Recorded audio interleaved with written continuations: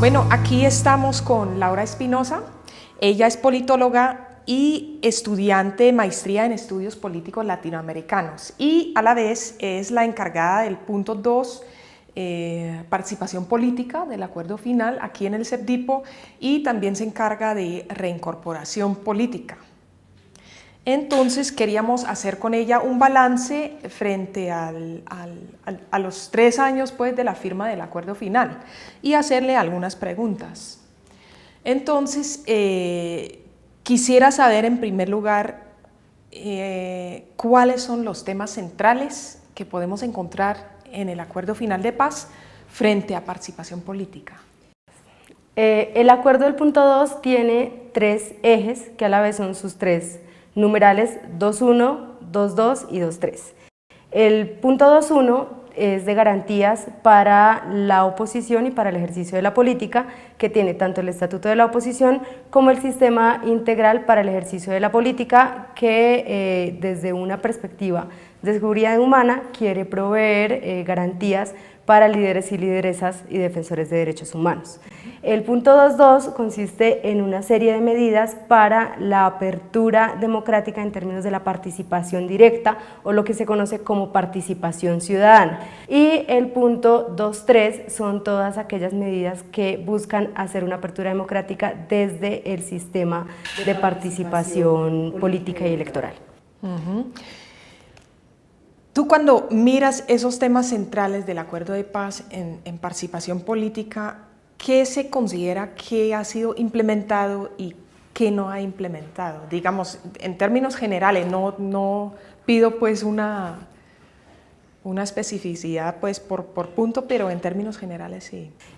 Bueno, digamos que en el punto 2, como en todo el acuerdo, hay 2 dimensiones fundamentales de la implementación. Una dimensión que es todo lo normativo y que debía haber sido implementado a través del Fast Track, y otra que es todas las dimensiones no normativas que pueden implementarse a partir de políticas públicas y de la autonomía misma de las instituciones del Estado y que se encuentran consignados en el Plan Marco de Implementación. Frente a lo primero, tenemos en el acuerdo del punto 2 implementados el Estatuto de la Oposición, que está vigente y que digamos se conoce que ha tenido muchos efectos para la participación política de la oposición, el Sistema Integral de Seguridad, que el decreto 885 del 2017 lo creó, y el Consejo Nacional de Paz, Reconciliación y Convivencia a partir del decreto 895 de 2017. Que es la parte normativa. Esa es la parte normativa. La dimensión no normativa, digamos que eso ha sido un poco más difícil hacer el seguimiento de la implementación de este punto, por cuanto es una serie de medidas y de proyectos muy robustos que requieren además presupuesto para ser implementados y que hasta el momento actual no han tenido avances suficientes o los avances proyectados para el 3er año ya de la implementación. Ya, y de todo eso lo que se ha implementado también, digamos, la parte normativa, también la otra parte que me dices que casi no hay nada, si lo entiendo bien, lo que se ha hecho, según ti, ¿eso se ajusta al espíritu y letra del acuerdo final? La parte normativa que se ha implementado se ajusta efectivamente al acuerdo final. El Estatuto de la Oposición nació de un proceso participativo que las 2 partes pactaron en la mesa, y los 2 decretos referidos, pues digamos que prácticamente lo que hacen es incorporar en la normatividad lo que el acuerdo estipulaba. Entonces podemos considerar que en términos de lo normativo está ajustado al acuerdo final. Bueno, ¿y qué perspectivas tiene la implementación para los años siguientes, digamos específicamente para este tema? O sea, ¿somos optimistas, somos pesimistas? ¿Qué consideras tú que podría pasar? Bueno, creo que fundamentalmente con el punto 2 aquí hay unas grandes potencialidades frente a la apertura democrática.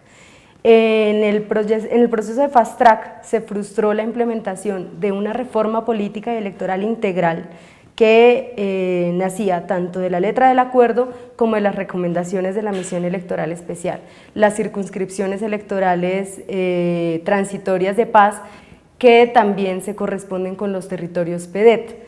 La reforma a la Ley Orgánica de Planeación, que trataba de fortalecer los consejos territoriales de planeación para que tuvieran más incidencia en las decisiones públicas y alcanzar los objetivos en términos de participación política que está buscando el acuerdo de paz. Entonces, ante todo, creo que hay una potencialidad. Además, en cuanto a todo el componente no normativo del que estábamos hablando, hay también una serie de medidas que todavía pueden aportar a transformar la forma de hacer política en Colombia, como la depuración del censo electoral, la instalación de nuevos puestos de votación, un robusto componente de campañas de pedagogía electoral y además de participación política de las mujeres, un componente también de acceso a medios de comunicación y nuevas convocatorias de radio comunitaria para las organizaciones sociales y en general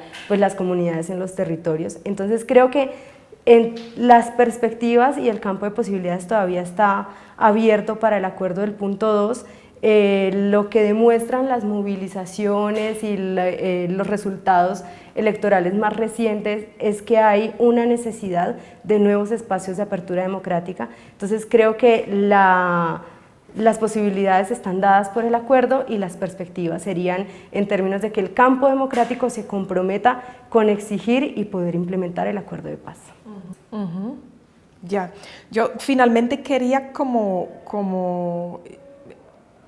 digamos, hablar un poco del tema de reincorporación política, que también es el tema tuyo, que es otro punto del acuerdo, y es otro tema aparte, pero quisiera como saber un poco cuál es el panorama general frente a reincorporación política y qué perspectivas se tienen para el futuro.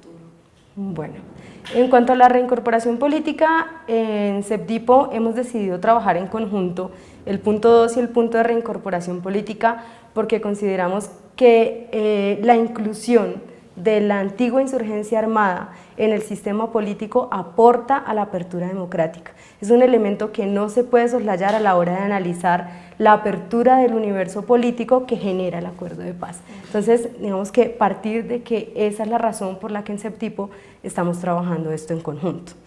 En segundo lugar, frente a la reincorporación política de FARC se hace, digamos, un análisis de una reincorporación política incompleta por la falta de la implementación integral del acuerdo de paz.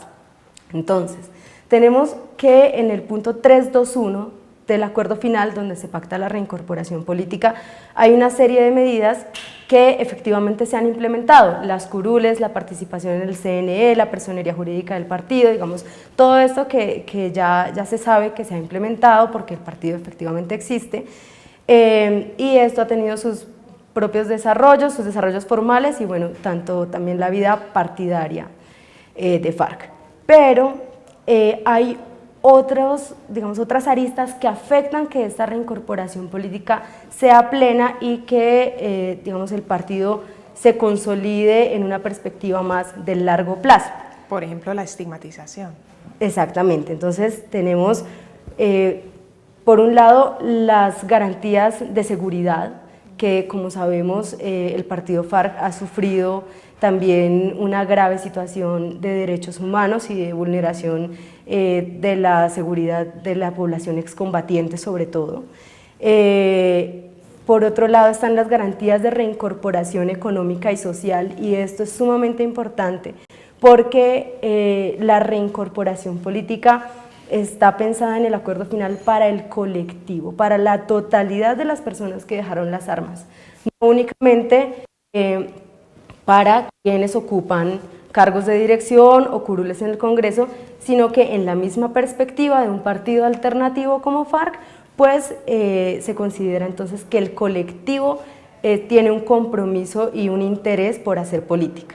Estas condiciones, la precariedad de las condiciones de reincorporación económica y social afecta las posibilidades para que los y las excombatientes puedan tener un desarrollo óptimo de su actividad política. Bueno, por otro lado está también la participación de la FARC en el Congreso. Si bien la FARC no ha ocupado este tiempo las curules, no ha ocupado la totalidad de las curules. Y eso responde también a un tema de inseguridad jurídica y de falta de garantías para que el partido pueda ocupar efectivamente unas curules que son de asignación directa y que responden al tema de reincorporación independientemente de otros factores. Finalmente, y este tema es de suma importancia porque a veces no se le da la suficiente atención. El acuerdo final considera que la implementación efectiva de las reformas del punto 2 y en particular el estatuto de la oposición y la reforma política son elementos indispensables para la sostenibilidad de la reincorporación política de FARC. Entonces, la no implementación de la totalidad de las reformas del punto 2 afecta directamente la reincorporación política óptima de FARC. Bueno, muchas gracias, Laura.